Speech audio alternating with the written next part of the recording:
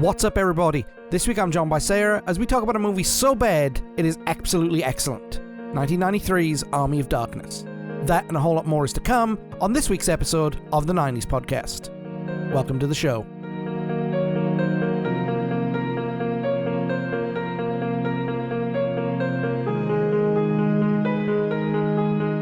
Hey, what's up, everybody? Welcome back to the 90s podcast right here in the Because of Me Network. Hope you're doing well today. And I'm joined by Sarah. Sarah, how are you? Hello, I am well. How are you? I am suffering the after effects of a sleepless night. Yeah. I could not sleep last night. It is 7 o'clock in the evening that we're recording this, so I'm a little sleepy. Yeah, it's been wild out here in these streets. It is. We've had kids with pneumonia. We've had medicine shortages. Not necessarily just us not having meds, but there's certain meds you can't just go get at the store right now. And so it just makes things fun. Things have been fun, and today was very, very fun. Because, we decided that we were going to be responsible adults. Us? Yes, we were going to be responsible. And an hour before I was due to cook supper, we decided to have hot taquitos. Okay, look, it is, that period before you go grocery shopping where, you need to do a good grocery shop haul, and the snacks that are left aren't really snacking. Well, that's sort of where we were at. There was a box of think like hot Cheetos, but like hot taquitos. They were disgusting. Oh, they were so bad. But they were worth every single bite at the same time. Maybe for you. But I'm paying for it. Yes, I think we both are. Those are like 15-year-old snacks. Yes. I am too damn old. We're too old for these streets anymore.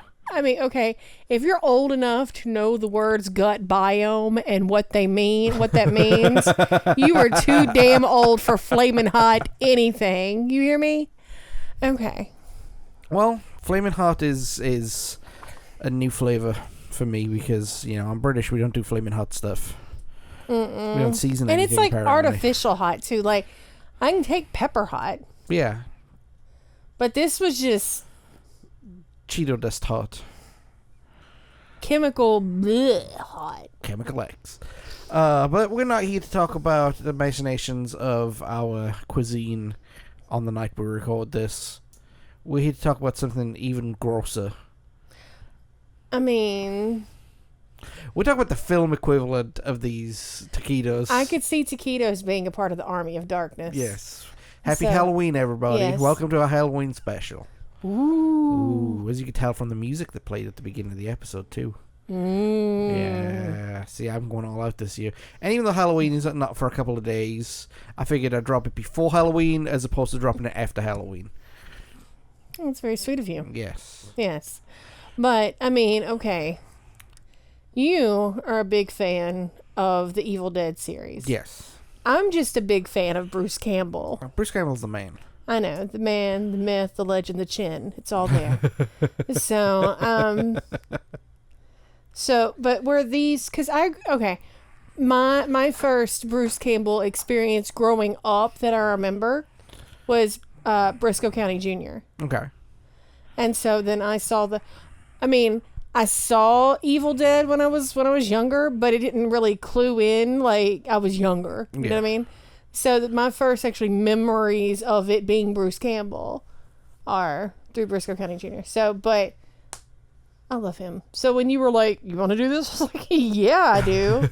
Let's go." Oh, this is one of those so bad it's good movies. Yes. I think it's the first one people think of. It's not like Geely bad. It's just bad. Geely bad wants to be Army of Darkness bad. Geely might have withstood the test of time if it were Army of Darkness bad. Yes. But Army of Darkness, that's what we're going to be talking about today. The third installation of the Evil Dead series. Technically the second installation. Yeah. Because there's a little bit of history that most people don't know. Mm-hmm. So they did Evil Dead. Yes. Right? And basically Sam Raimi and his production company lost the rights to the movie So they made Evil Dead 2, which is 70% Evil Dead. Yeah. With a few changes in between, a few changes in between. Yeah. And that's... We don't speak of it. And then we come to Evil Dead 3, as they were going to call it, and then they just decided to call it Army of Darkness. But it is technically known as Evil Dead 3. In other places around the world, it's known as Evil Dead 3 Army of Darkness, or Bruce Campbell versus the Army of Darkness. I'm down with that. Yes, because let's quickly talk about Bruce Campbell. Is the man in this movie. Bruce Campbell is the man in anything that he's in. He's up there with like Goldblum. Like they're both. No, I mean I'm serious. They come from the same cloth. Yeah, you could put either one of them in a movie, and if there's, especially now that they're both really embracing their Silver Fox eras, yes. and which I adore. And so going forward, if there is a role that requires camp but fabulousness, rugged camp, yes I am here for it. It's just, I mean, I've seen Bruce Campbell in other things. He was in the Spider-Man trilogy. Mm-hmm. He was in was it Sky High, mm-hmm. where he played the coach. Yes. And he just plays the same. He plays Ash everywhere he goes, basically. Yes. Is Bruce Campbell Ash, or is Ash Bruce Campbell? That's. We'll never know. Because it is the same person. But this movie is a comedy, horror, and gore movie, and it is a gory movie. Yes, it is, but it is hysterical. It was written by Sam and Ivan Raimi, mm-hmm. directed by Sam Raimi, mm-hmm. Distributed by Universal Pictures, and it was released in October 1992. At the Sitges Festival. Okay. But released to the public in 1993. So that's what we're going with. We're going with the public release. It made $21.5 million at the box office for a $10 million profit and holds a critical rating of 78. Which is probably about 50% more than what most people would think it should. Yes. I mean, this movie is just visually... script, storyline, every metric that you could measure a movie, this movie should be classed as awful. Yes, but it's amazing. But it's brilliant. Yes. It really is. It I mean, is one of the greatest Give me some sugar. Yes. It is one of the greatest movies ever made. Yes. I felt really old watching it because we watched it with our oldest who had never seen it. We failed as parents. I know this. But we're watching it and we made the comment that S-Mart is Kmart, even complete with the rolly cart for the blue light. And she had no idea what Kmart was because we're old. We too will be bones walking around King Arthur's court soon. We're not that old. We're seasoned. Or I'm seasoned, at least, anyway. I'm older than you are. Not by much. All right. Well, anyway. We'll table that discussion for another day. So Evil Dead was a successful horror franchise, which had 2 hits prior. Evil Dead and Evil Dead 2 Dead by Dawn. Yes. And the films were known for several things. The use of stop motion, the high amounts of gore, and the unintentional humor. Yeah, because the first 2 in the series were meant to be actual horror, gore, scary movies. But the limitations on budget that they had to use stop motion. Yes. They had to use fake blood. Well, it's always fake blood, but they even had to use even faker blood, if that makes sense. And the nonsensical plot made the first 2 movies unintentionally hilarious. The first 2 movies did have their scary moments in them, though. Whereas they completely ripped all the scary moments out of this movie. I don't think that was intentional. Sorry? I don't think that was intentional to do that. I think they did want to have some scary moments in this movie. Right. But I think... I don't know. It's just... Yeah. The stop motion didn't age well. I mean, because you got to understand, right? The first 2 movies were made in the 80s. Right. And an example of a movie with a giant stop motion character was Honey, I Shrunk the Kids. Where you had the scorpion and you had the ant. They well, would stop even motion. so much. Yeah, but I mean... They had bigger budgets. I understand they that. couldn't have like gotten one of the dudes from like who made Rudolph the Red-Nosed Reindeer back in the day with the claymation. I mean, yeah, that's I mean, okay, when you think of stop motion, the granddaddy of all stop motion is King Kong, the 1939 or 1937. Well, yeah. We've come a long way, baby. Yes. Yeah, but the Army of Darkness didn't come. Evil Dead This is series true. didn't come that far This is from true. it. It still looked like it did in 1937 or 1939. I can't remember exactly which year it was. But I mean, the original series was such a cult hit, even regardless of all this stuff, that it had some big name fans, including Stephen King. Yeah, I mean, if Stephen King likes your work, Right. you know you're doing something right. Right. So, Evil Dead 2 was a loose retelling of the Evil Dead, having originally been set and having an ending that was set in the 1300s, which is where Army of Darkness takes place. Mm-hmm. So, Raimi initially had Evil Dead 2 co-writer Scott Spiegel writing the screenplay with him. Excuse me. Spiegel was unavailable, so he asked his brother Ivan to come aboard. yeah, and then this is where it took a turn for the worse. Woo! So the writing took influence from things like Conan the Barbarian and the Three Stooges. And if you remember the Unironically. scene where the little mini ashes, yes, Yeah. absolutely, you can see, yeah. Mm-hmm. You know, legally, somebody owns the intellectual rights to the Three Stooges. Don't clown on the Stooges. I'm not clowning on the Stooges, but it's some, intellectual rights to... I know. But the film was going to take place in the infamous cabin. But the Raimis and lead actor Bruce Campbell agreed to, get Ash out of the cabin. He can't live in the cabin. Can't live in the cabin forever. They did kind of stuff him in the windmill for a good 20 minutes. Yeah, well, Campbell and a fellow producer would take notes on the script, and then Raimi would add or remove as necessary. Yeah, now for the type of movie that it is, for the length of movie that it is, and for the... They took 100 days to film it. Which is weird. I mean, they could have done the live action stuff in 5 days, and it looked like they did it in 5 days. Right. But the stop motion stuff, I mean, I can understand that taking longer to do, because stop motion is a pain to do. A little bit, yeah. I've done it in the past. It's no fun. It really isn't. Because for people who don't know, I used to be a film student. Right. So the glorious film that I made in school was a black and white silent piece. Right. Where I ended up getting the crap kicked out of me legitimately. No. Is that what's wrong with you? Yeah, I got slapped in the face repeatedly. Oh, I remember seeing that because you've played that for me before. Yes. Okay. And it hurt. Every single slap hurt. No. And it wasn't the fact that it hurt. It was the fact that out of the two people who slapped me, I wasn't expecting the hardest slap to come from the person who it came from. Do I need to give you some sugar?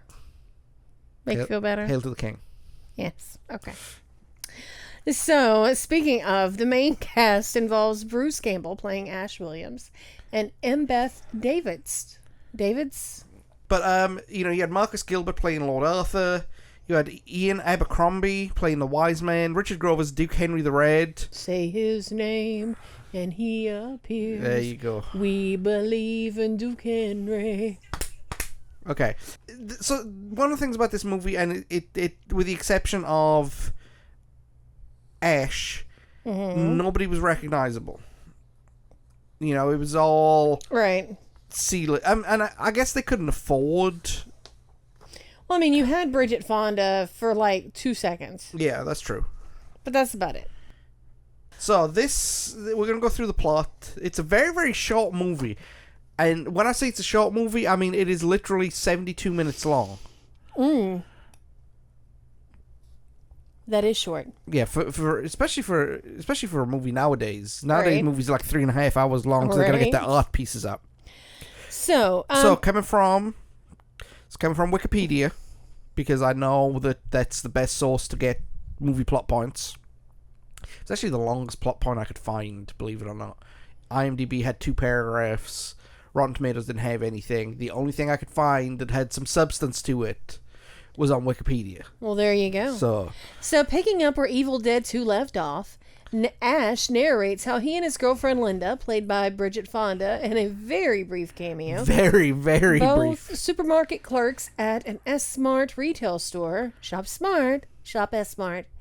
went for a vacation in the woods to an old cabin and they discovered the Necronomicon Ex Mortis, or Book of the Dead, and upon reading it, unleashed demonic forces as detailed in the previous films, The Evil Dead and Evil Dead 2.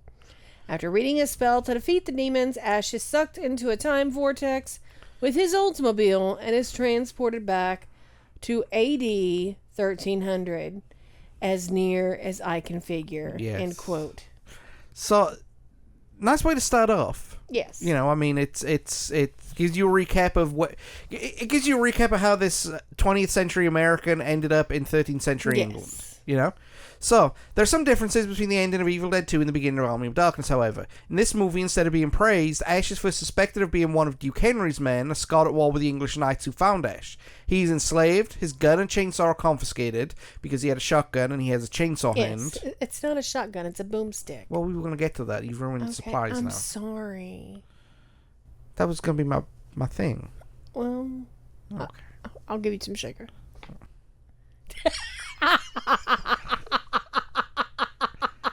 Because, okay, but in Evil Dead 2, yes, Ash chops his right hand off at the wrist and then manufactured like a glove where he can wear a chainsaw. Yes. So, Ash is enslaved, his gun and chainsaw are confiscated, and he's taken to a castle. A priest keeps Ash's weapons, believing him to be the Strange One, to be a redeemer, foretold in the prophecy that one shall deliver mankind from the terror of the Deadites. Ash is thrown into a pit where he fights a Deadite, regains his weapon, and uses his boomstick, a Remington double-barrel sawn-off shotgun, to frighten the inhabitants of the kingdom and to help him return to his own town. And wouldn't you know, through the magic of time travel, his boomstick does not require reloading. No, it doesn't. It just shoots over and over and over again. Nor does his chainsaw require extra gasoline. It just works. Well, yeah, of course. Okay, you were looking for plot holes in Army of Darkness. Okay, I get it. But the only way to return to his time and to stop the Deadites, according to the priest who gave Ash back his weapons, is to retrieve the Necronomicon, which contains both spells. Ash is supposed to speak a mysterious phrase when he takes the Necronomicon, Klaatu Varata Nikto, a nod to the film The Day the Earth Stood Still. While preparing for this, Ash becomes romantically involved with the local woman, Sheila. Because there were lots of Sheilas running around in 13th century England. Yes, but she's also the person who kicked him into the pit. Yeah, she just like mule kicked him. Yes. If she yelled, "This is Sparta," it wouldn't have surprised me.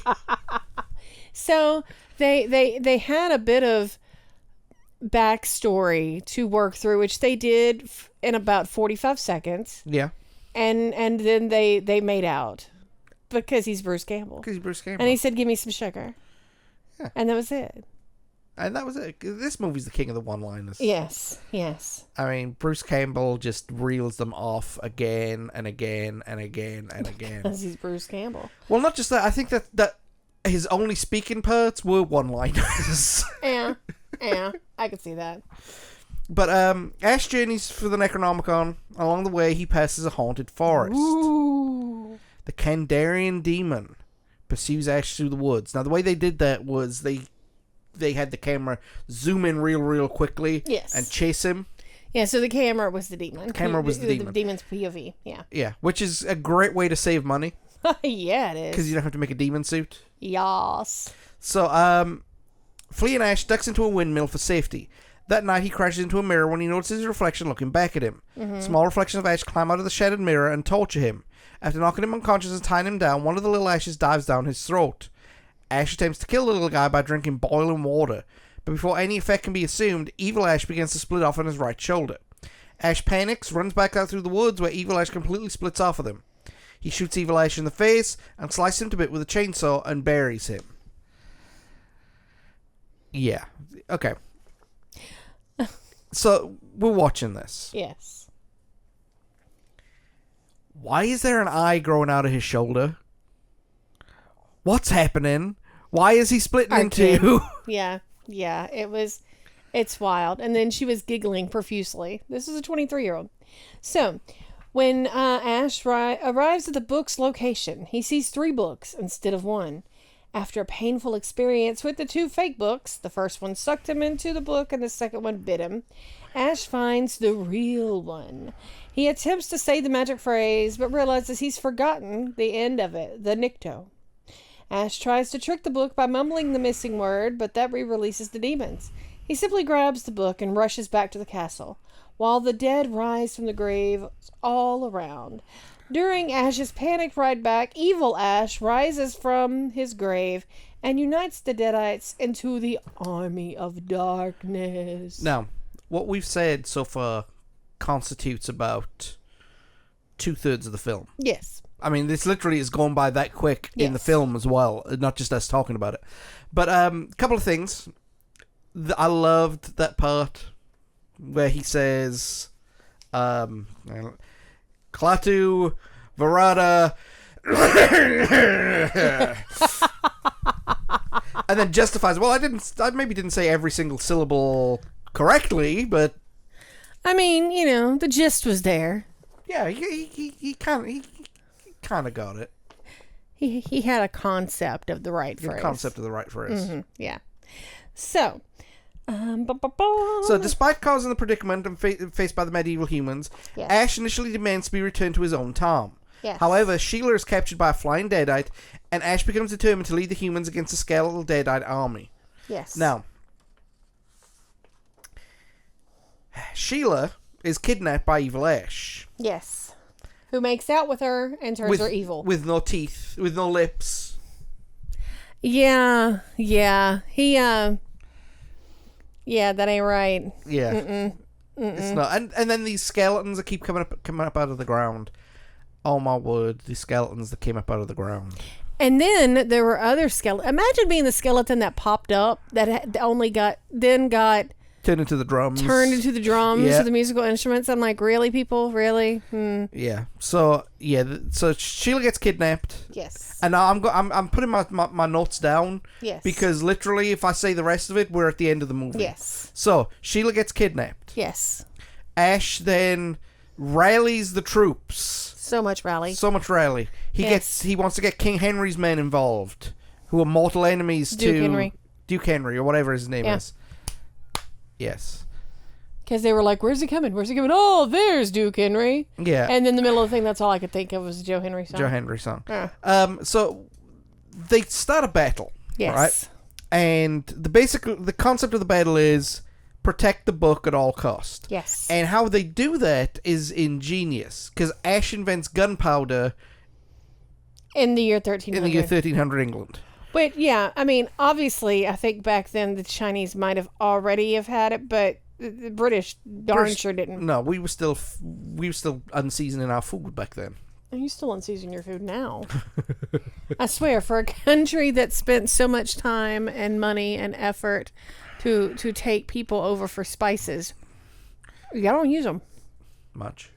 I mean, you do because you're here.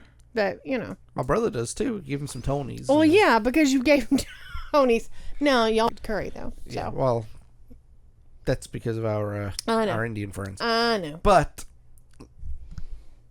so Henry's men come back and save the day. Yes. Now, what Ash does to prepare everything is he takes his Oldsmobile. Yes.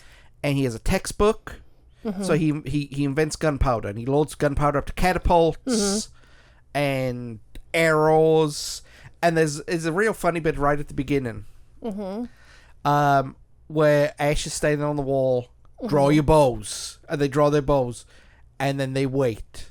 Yes. And they wait. Yes. And they're still waiting. And the leader of I can't remember the king's name. What was the king's name? Lord Arthur is just standing there going, "Are we going? Shh, just wait." And all this time, the gunpowder is the fuse on the gunpowder is slowly getting to Bugs Bunny comical proportions, and boom, blow up the Deadites. And they have catapults with gunpowder, yes, and blow up the Deadites. and evil Ash faces off against good Ash, but not before Ash turns his Oldsmobile into like a Don Quixote windmill death machine powered by steam. Yes, which is hysterical. I just stopped while you were saying that. I had to look it up because the way that he whips all the soldiers into shape, it was reminiscent of Robin Hood, Prince of Thieves. Yes. And I was like, hold up, who took... Because if Kevin Costner and co. took inspiration from Army of Darkness, that would have been fabulous. But no, it was the other way around. Robin Hood came out the year before. It was filmed. The year before it was filmed? Because it came out in 91. Okay, because I was going to say, well, it was filmed in 91 and Robin Hood came out in 92, so, but... No, Robin Hood came out in 91. Oh, it was 91? I thought it was 92. No. Okay. But, so we go back to the paper now. Yes. So using the scientific knowledge from the textbooks in the trunk of the Oldsmobile, plus enlisting the help of Duke Henry, whom Ash saved after his conflict in the pit, Ash successfully leads the humans to defeat the Deadites and saves Sheila. Now, this is where the movie splits. Yes. So, I'm going to read the first bit, you're going to read the second bit. Okay, so you're reading the theatrical ending. Yes, there are two endings to this movie. Yes. And the first one is the theatrical ending. After this, Ash is brought back to his own time using a potion made from the Book of the Dead. Ash is told to take one drop for every 100 years he wishes to travel forward. The final scene begins, Ash back at the S-Mart store telling a co-worker about his adventure back in time and how he could have been the king. After this, the Deadite from the beginning of the movie starts wreaking havoc on the store. And just, again, a beautiful one-liner. Ma'am, I'm going to have to ask you to leave. And then he pulls a shotgun out and fires like 200 bullets into her. And she doesn't move with muscle. Yeah. But the film ends with Ash kissing a fellow sales lady saying, "Hail to the king, baby." Mm-hmm. And that's the theatrical ending. Nice, happy ending. Ash is back in his own time. He's won the day. Fade to black. Yes. However, The director's cut. the original ending. Yes. So after this, he's brought back to his own time using a potion made from the book. Ash is told to take one drop for every 100 years he wishes to travel forward. Unfortunately, due to a distraction by falling rocks, Ash miscalculates the amount of potion needed to be able to correctly return to his own time, swallowing 7 instead of 6. As a result, he wakes up in a post-apocalyptic future where human civilization is destroyed, and he screams in dismay at having overslept. Yes. So that was going to lead to Evil Dead 4. But cool heads prevailed. Yes. And Evil Dead ended with Army of Darkness. Yeah, so that's the plot of Army of Darkness. Like I said, it's a 72-minute movie. The TV show spawns off, though. Yeah. Because what happens was, and it's not just the TV show, it's the PlayStation 2 game as well. Yeah. It explains that Ash comes back in his own time. Yeah. They discover the Book of the Dead in the forest, and some numbnuts reads it live on TV, says the magic words. Oh, fabulous. And everybody in, the name of the town. Yeah. That's going to bug me. You'll have to look at it later. Yes. Somewhere Michigan. Dearborn. Yes. Everybody in Dearborn turns into a Deadite. Oh, fabulous. That's the plot of the video game, but that's kind of the plot of the TV show as well. So, now, going behind the scenes for all this was a difficult shoot for Campbell. Because for most of it, he was, battling people who weren't there. Stop motion. So, yeah, this wasn't... They didn't have like 100 extras filling in for the stop motion people. There was no Benedict Cumberbatch in a green suit. It was tennis balls on sticks. Yes. For lack of a better term. So the film used a combination of stop motion and puppetry for the skeletons and deadites. And you can tell. Uh-huh. I mean, this is pre-CGI. Yes. This is pre-good stuff. I mean, okay, look. The budget that they had, a movie that came out the same year, Jurassic Park. Oh, okay. So the puppetry and the CGI and the stop motion, beautiful in Jurassic Park. Not so much. But this movie had a $10 million budget. And Bruce Campbell didn't demand a $9 million fee for this. No, but, I mean, it's so bad it's good. I It love is so bad it's good. I'm looking for plot points in Army of Darkness. Right. So now, adult film star Tracy Lords had auditioned for the role of Sheila. She was trying to mainstream herself around about that time. She did a couple of songs with the Manic Street Preachers on their debut album. Yes. And yeah, a combination of politics between Universal and Dino De Laurentiis, almost caused the project to stall in the editing phase. Mm-hmm. The original ending saw Ash sent forward an extra 100 years. Mm-hmm. Universal wanted a happier ending and demanded a reshoot. Initial estimate of the reshoot would cost up to $3 million. Universal balked and demanded that Laurentiis finance. Universal was also in dispute with Laurentiis about the rights to Hannibal Lecter for a potential Silence of the Lambs. So are you saying that Army of Darkness could have nixed Silence of the Lambs? Yes. That it walked so Hannibal Lecter could run. Yes. Could eat. Yes. And Buffalo Bill could do the dance that Jason Mewes does all the time. Yes. So hail to the king with some farfa beans and a nice Chianti. There you go. There you go. Shop smart, shop S smart. Right. But after some negotiations, Sam Raimi was able to do a pickup shoot and the production could be finished. Now, again, this is 1991 money. Yeah, that's weird. 1991 money for $3 million to do that final theatrical... Yeah, but how much of that went towards evil Bruce's makeup? Yeah. Because that was a lot. Yeah, true. So, the studio originally wanted a PG-13 ending. Rating, sorry. But the original cut ended up being NC-17. There's no boobies. So how... No, there was. There was? There was. I don't remember. I'm so desensitized to stuff on TV these days. So, okay. There was very briefly in the final cut. Okay. Well, and there was a couple of F-bombs. Okay. So a second cut brought the rating down to R. An additional cut could still not bring the movie down to PG-13, so it was released with an R rating. The original attempt to drop Ash's car into the world dropped the crane and the car into the quarry they were filming. That's where your budget went. That's where your budget went, the crane on the car. Yes, the crane. So, I just can't imagine this movie being PG-13. No. Mm-mm. Because it's too gory, it's too violent. But it's bad. Yeah. The script is nonsensical. There are plot holes everywhere. Right. Ash is way over the top. Look, I love me some Bruce Campbell as Ash, but it was way over the top even for this. It was like pre-Jim Carrey trying to be Jim Carrey. You know? Gotcha.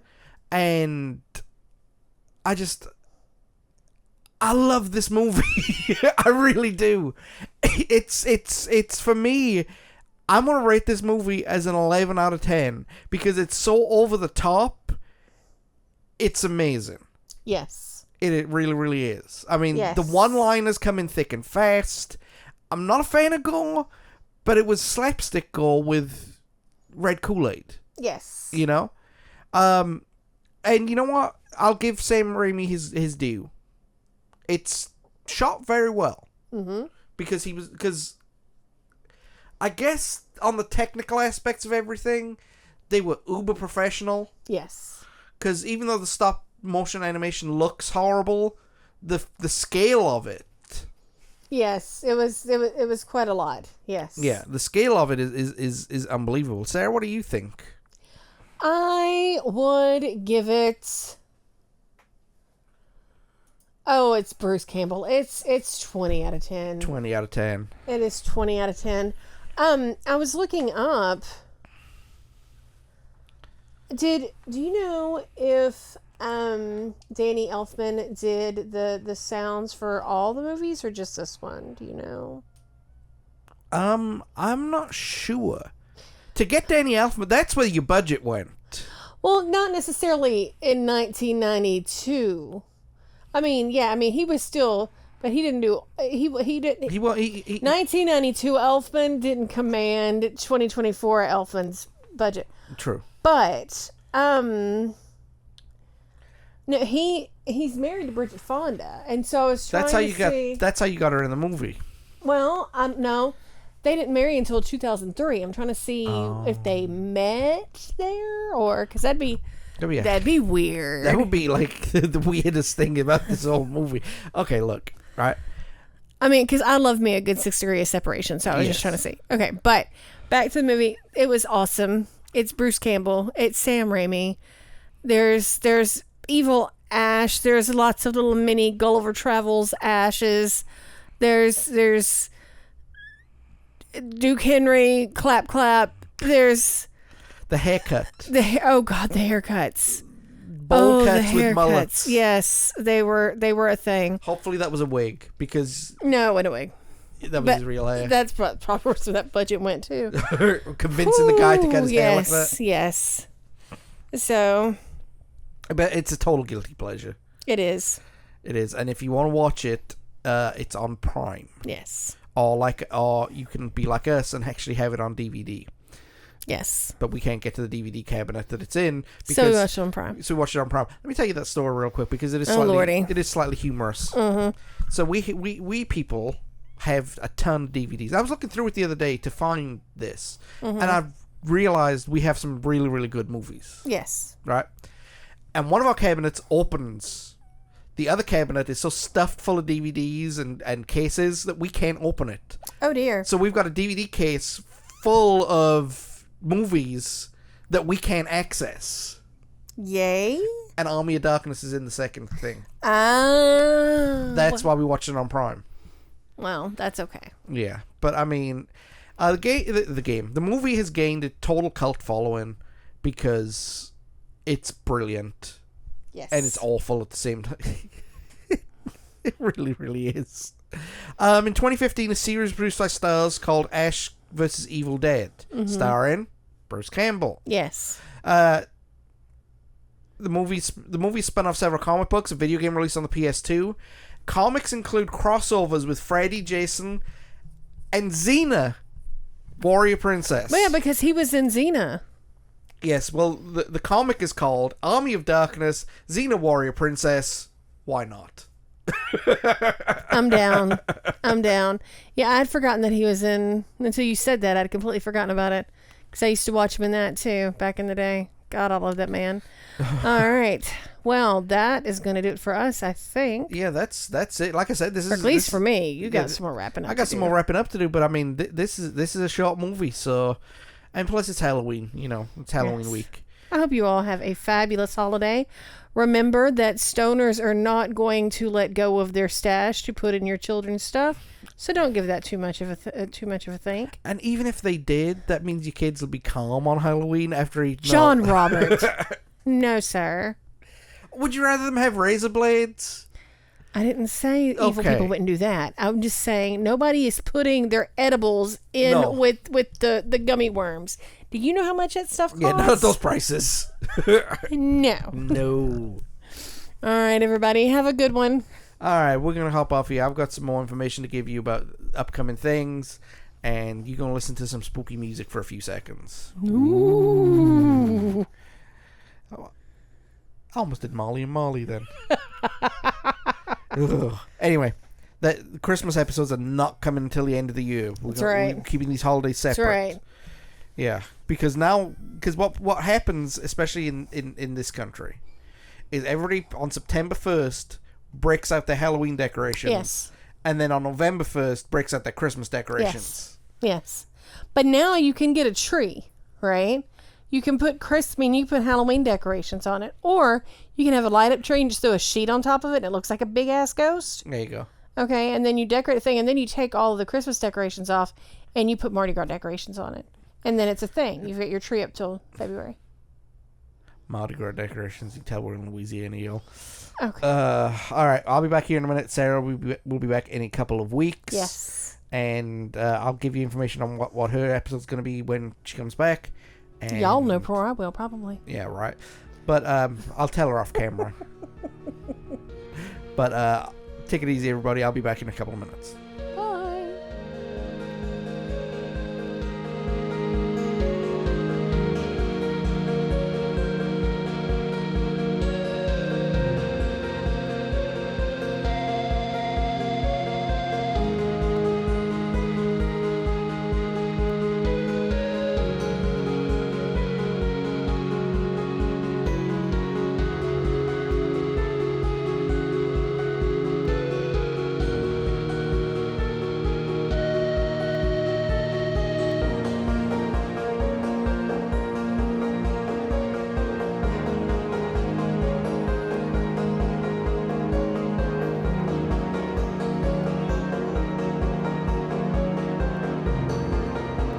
Okay, I'm back. Yes, this is a short one. I didn't have much to go on. I mean, I had pulled up IMDb and got some of the most interesting facts and found the longest plot synopsis I could do without writing one out myself. And that's what we've got. So it's going to be a short one. Thank you to Sarah for taking the time out of her schedule. I know she's very, very busy. So having her on is important and awesome at the same time. Sarah will be back in a couple of weeks to talk about the other half of Britpop's most infamous duo, as we talk about The Great Escape from Blue. I'm looking forward to that. But next week, we'll be joined by Greg Gregory. Greg and I are going to talk about some 90s kids game shows. Yes, now, this is going to be one of those across the pond episodes, so we're going to be talking a lot about UK stuff and talking about American stuff, too. So if you wanted to hear what was going on the other side of the world, listen in. It'll be a good topic for you, okay? Production on the 90s Gamer is getting underway tomorrow, as of recording. I should have more news on what's going on for that very, very soon. I know that this is going to be a pain to do because I don't know how to play the game. And yeah, that's going to be a real issue going forward. But, you know, I'll survive. I'll do it. I'll get something out. Even if I have to abandon the series halfway through, I'll get something out. So, also announced last week, we're going to be doing our Thanksgiving stream about Hell on Earth. We're going to be doing Doom, yes, and that's going to lead us into a whole new series of a dead streamer covering up for the rest of the year. We're going to be doing 5 streams between Thanksgiving and New Year's Day, so we'll have more information on that as we keep going forward. And that's really it. I don't really have much to say, except, you know, happy Halloween, everybody. I hope you have a good spooky day coming up next Thursday. Like I said, I wanted to release this Thursday so that this wasn't being thrown out there with the Halloween candy. So yeah, I'm happy. And that's it, everybody. If you like what you hear and we're not on your preferred podcast list, go check us out. We are on Apple Podcasts, Google Podcasts, Podchaser, Pandora, YouTube, Spotify, iHeartRadio, TuneIn, Podbean, or Amazon Music. Go check out becausemaybepodcast.com for our archive. That should be up to date by the time of recording. Not by the time of recording, by the time this is out. And yeah, thanks for listening. So go enjoy your spooky day.